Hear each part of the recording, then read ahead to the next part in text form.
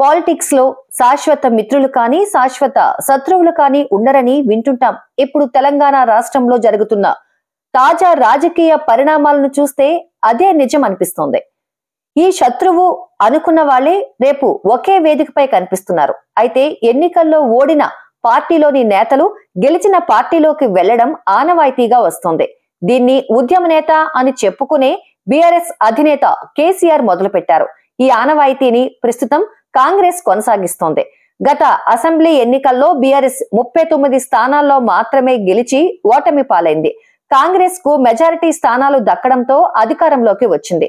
దీంతో బీఆర్ఎస్ ఎమ్మెల్యేలు కాంగ్రెస్ వైపు అడుగులు వేయడం మొదలు పెట్టారు. ఇప్పటికే వరుసపెట్టి మరీ సీఎం రేవంత్ రెడ్డిని కలుస్తున్నారు. పైకి మర్యాద పూర్వకంగా కలుస్తున్నాం అని చెప్పినా లోపల మాత్రం పార్టీలో చేరేందుకు అని టాక్ వినిపిస్తోంది. ఇందుకు నిదర్శనం ఇటీవలే కాంగ్రెస్ నాయకులు చేసిన వ్యాఖ్యలే. తాము ఓకే చెబితే తమ పార్టీలో చేరేందుకు బీఆర్ఎస్ ఎమ్మెల్యేలు, నాయకులు, అధికారులు సిద్ధంగా ఉన్నారని చెప్పారు కాంగ్రెస్ నాయకులు.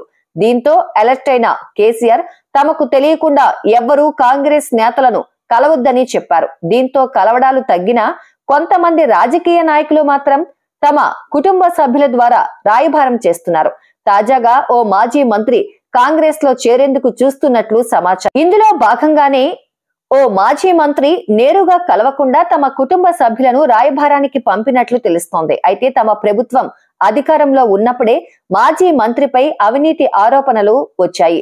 మొన్నటికి మొన్న ఐటీ రైడ్స్ కూడా జరిగాయి. ఇప్పుడు ఉంది కాంగ్రెస్ ప్రభుత్వం కాబట్టి ఇప్పుడు కాకపోయినా భవిష్యత్తులో అయినా పలు కేసులను ఎదుర్కోవాల్సి వస్తుందని ముందే పసిగట్టిన ఆ మంత్రి అధికార పార్టీలో చేరాలని చూస్తున్నట్లు సమాచారం. అందుకే ఇలా ఇండైరెక్ట్ గా చర్చలు జరుపుతున్నారని తెలుస్తోంది.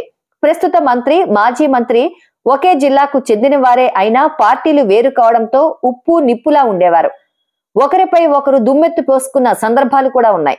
ఇంకో విషయం ఏంటంటే కాంగ్రెస్ మంత్రి, బీఆర్ఎస్ మాజీ మంత్రులది ఒకే వయసు, ఒకే తేదీన పుట్టారు కూడా. కానీ ప్రస్తుత మంత్రి, మాజీ మంత్రి కంటే ఒక ఏడాది ముందు రాజకీయాల్లోకి వచ్చారు. అలాంటి వారు ఒకే పార్టీలో ఉంటే ఆ జిల్లాలో కాంగ్రెస్ బలం డబల్ అవుతుంది అనడంలో ఎలాంటి సందేహం లేదు.